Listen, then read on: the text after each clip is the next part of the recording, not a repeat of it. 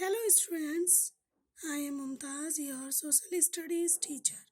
As we all know, today is Monday, so I am here with today's lecture. Now, first of all, we will discuss about the geography's first chapter, resources and development, यानी संसाधन एवं विकास।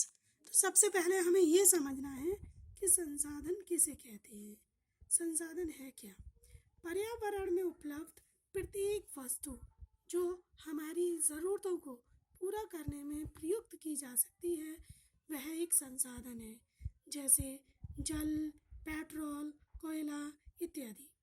जैसे अगर हमें हमारी ज़रूरत जल से पूरी होती है, जल की ज़रूरत है हमें बिजली बनाने के लिए, तो अगर हमारे पास टेक्नोलॉजी है जिसके ज़रिए हम बिजली बना सकते हैं तो ये हमारी ज़रूरत को पूरा कर रहा है।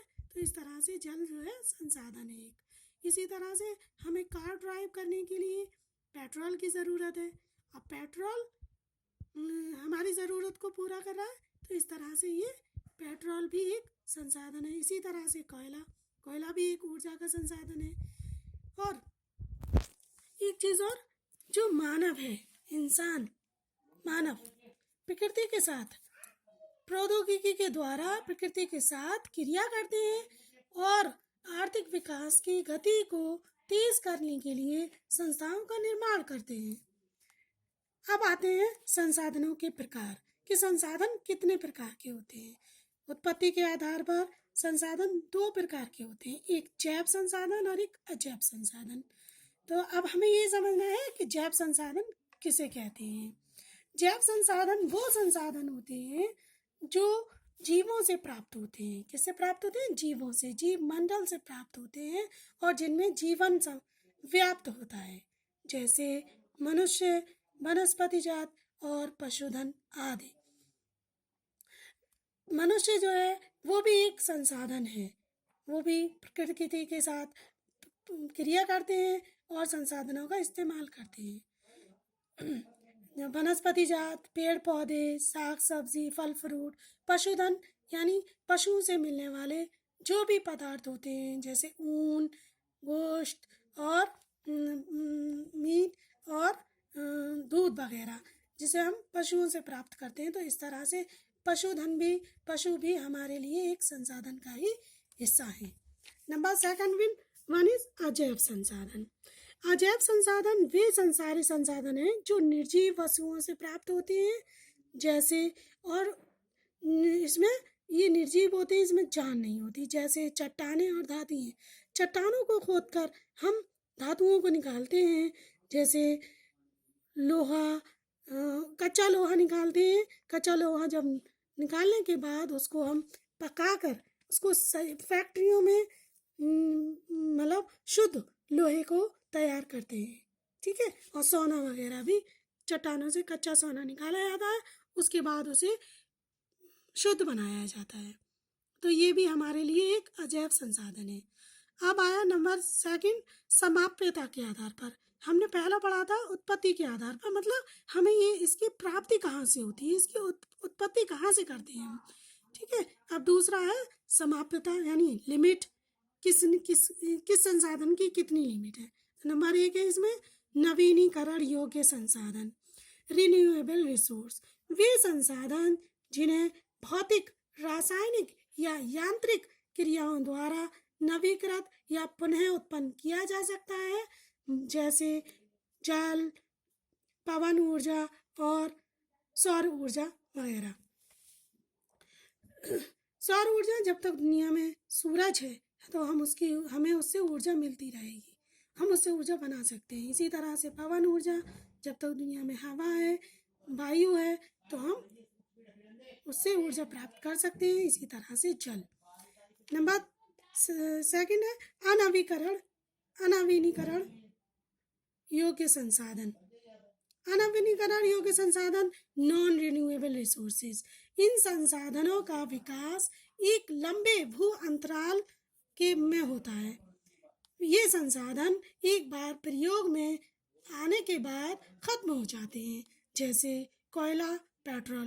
कोयला जीवाश्म ईंधन में आता है, जैसे कोयला है, अगर हमने उसको खत्म जलाया, जलाने के बाद वो राख बन गई तो खत्म हो गया। इसी तरह से पेट्रोल, पेट्रोल भी एक मतलब इसी अनवीनीकरण योग्य संसाधन का ही हिस्सा है कि एक बार हमें पेट्रोल को यूज़ कर लिया तो वो हमें दोबारा से उसको प्राप्त करना पड़ेगा, तो हमें दूसरा नया प्राप्त करना पड़ेगा। इसी तरह से नंबर थर्ड वन इज स्वामित्व के आधार पर। स्वामित्व के आधार पर यानी अधिकार। स्वामित्व का मतलब होता है अधिकार, किस चीज़ पर हमारा कितना अधिकार है, जैसे भूमि, घर, मकान, जायदाद, बाग बगीचे, चरागाह, कुएं। अब आया इसमें भी नंबर वन है व्यक्तिगत संसाधन। व्यक्तिगत संसाधन वो संसाधन होते हैं जिस पर इंसान का, निजी व्यक्ति का, अपना खुद का स्वयं का अधिकार होता है जिन चीज़ों पर, जैसे अपना घर, अपनी भूमि, अपना चरागाह, कुएं, तालाब, जो अपने स्वयं के हों, खुद के हों, जिस पर एक पर्सनल व्यक्ति का अधिकार होता है। कुछ ऐसे होते हैं सामुदायिक संसाधन जो जिस पर पूरे समुदाय का अधिकार होता है। ये संसाधन समुदाय के सभी सदस्यों को प्राप्त होते हैं। गांव की शामलात भूमि होती है, जैसे चारण भूमि। चारण भूमि मतलब जानवरों को चराने की जगह, पूरे मतलब समुदाय की भूमि। एक सी शमशान घाट, जहाँ पर शमशान घाट पर मरे हुए मतलब इंसानों को दफनाया जाता है, अंतिम संस्कार किया जाता है, एवं तालाब और कुएं भी उसमें शामिल हैं। अब नगरों में भी ऐसा देखा होगा आपने कि सार्वजनिक पार्क होते हैं, पिकनिक स्थल होते हैं, खेल के मैदान होते हैं। ये सब नगरीय क्षेत्रों में होते हैं, शहरों में होते हैं, जो सबके एक होते हैं, शामिल होते हैं, सामुदायिक होते हैं। नेक्स्ट वन इज राष्ट्रीय संसाधन। ऐसे संसाधन जिस पर देश की सरकार का अधिकार होता है कि वह व्यक्तिगत संसाधनों को भी अधिग्रहण कर सकती है, जैसे सड़कें, नहरें, रेल लाइनें इत्यादि। अंतर्राष्ट्रीय संसाधन। अंतर्राष्ट्रीय संसाधन जिस पर किसी एक देश का अधिकार न होकर पूरे जो और भी दूसरे देश हैं, जो और भी अंतर्राष्ट्रीय संस्थाएं हैं, उनका अधिकार होता है।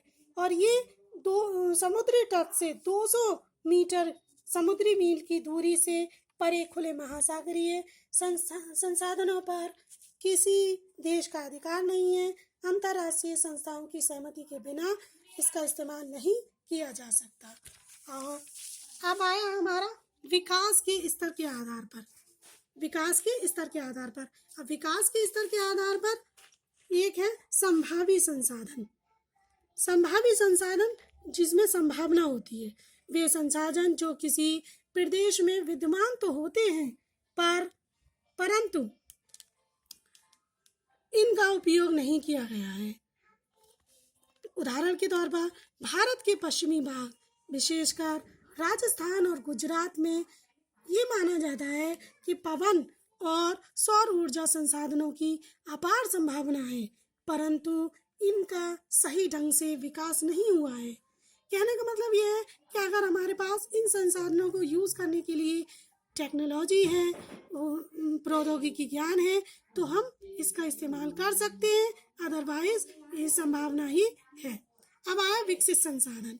वे संसाधन जिनका सर्वेक्षण किया जा चुका है, जिनका सर्वेक्षण किया जा चुका और उनके उपयोग की मात्रा भी निर्धारित की जा चुकी है, जैसे पेट्रोल।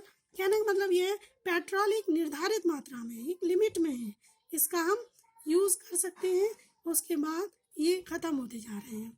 अब नेक्स्ट है भंडार। पर्यावरण में उपलब्ध वे पदार्थ जो मानव की आवश्यकताओं को पूरा कर सकते हैं, परंतु उपयुक्त प्रौद्योगिकी के अभाव इसकी पहुंच से बाहर है। कहने का मतलब ये भी यही है कि दुनिया में हमें प्रकृति ने बहुत सारी चीज़ें दी हैं, लेकिन हमारे पास अगर प्रौद्योगिकी नहीं है, अगर हमारे पास टेक्नोलॉजी नहीं है, टेक्नोलॉजी ज्ञान नहीं है, तो ये सारी चीज़ें फिर एक संसाधन के रूप में नहीं, नाम मात्र चीज़ें हैं, पदार्थ हैं जिसे हम भंडार कर सकते हैं, भंडार के तौर पर ही रहेंगे। उदाहरण के तौर पर जल दो ज्वलनशील गैसों का यौगिक है। जैसा कि हम सभी जानते हैं कि जल जो है 2 ज्वलनशील गैसों से मिलकर बना है, एक है हाइड्रोजन और दूसरा है ऑक्सीजन। हाइड्रोजन ऊर्जा का मुख्य स्रोत बन सकता है, पर ऐसा करने के लिए हमारे पास टेक्नोलॉजी नहीं है, तकनीकी ज्ञान नहीं है। अब आया संचित कोष, सेविंग्स। ये संसाधन भंडार का ही एक हिस्सा है, मतलब ये भी एक संसार का हिस्सा है। तकनीकी द्वारा इन्हें प्रयोग में लाया जा सकता है, परंतु इनका उपयोग अभी शुरू नहीं हुआ है। इनका उपयोग भविष्य में आवश्यकताओं को पूरा करने के लिए बचाकर रखा गया है, जैसे बांधों में जल, वन आदि संचित कोष में शामिल हैं। तो देखिए, आज हमने पूरा ये जो है संसाधन किसे कहते हैं, संसाधनों के कितने प्रकार हैं, वर्गीकरण कीजिए, और संसाधनों के प्रकार हमने कवर किया है। आप देखते हैं इससे कितने क्वेश्चंस बन सकते हैं। तो एग्जाम्स में आपके 2 नंबर के क्वेश्चन अति लघु में आते हैं, 3 नंबर के आते हैं लघु में, और ये लॉन्ग आंसर भी आते हैं दीर्घ उत्तरीय प्रश्न में। तो ऐसे संसाधन किसे कहते हैं, संसाधनों के प्रकार बताइए, जैव संसाधन क्या है, अजैव संसाधन किसे कहते हैं, नवीनीकरण योग्य संसाधन किसे कहते हैं। ये सारे क्वेश्चंस आपके दो नंबर में पूछे जा सकते हैं, तो आपको प्रिपेयर करना है। इसी तरह से लघु उत्तरीय प्रश्न में संसाधन किसे कहते हैं, वर्गीकरण कीजिए, स्वामित्व के आधार पर वर्गीकरण कीजिए, कितने प्रकार के संसाधन होते हैं, और विकास के स्तर पर आधार पर संसाधन कौन कौन से हैं, स्वामित्व के आधार पर संसाधन कितने प्रकार के हैं, कौन कौन से हैं। इस तरह से लघु उत्तरीय क्वेश्चन पूछे जा सकते हैं। और दीर्घ उत्तरीय में जो 6 नंबर का होता है लगभग, संसाधनों से आप क्या समझते हैं, संसाधन कितने प्रकार के होते हैं, वर्गीकरण कीजिए व्याख्या सहित। इस तरह से हमारा आज का ये लेक्चर कंप्लीट होता है। उम्मीद करती हूँ कि ये जो लेक्चर है आपकी स्टडी के लिए हेल्पफुल रहेगा। If you have any comment, any suggestion, any doubt, please contact our next chapter, next topic हम संसाधनों का विकास नेक्स्ट वीडियो में डिस्कस करेंगे। Okay, bye.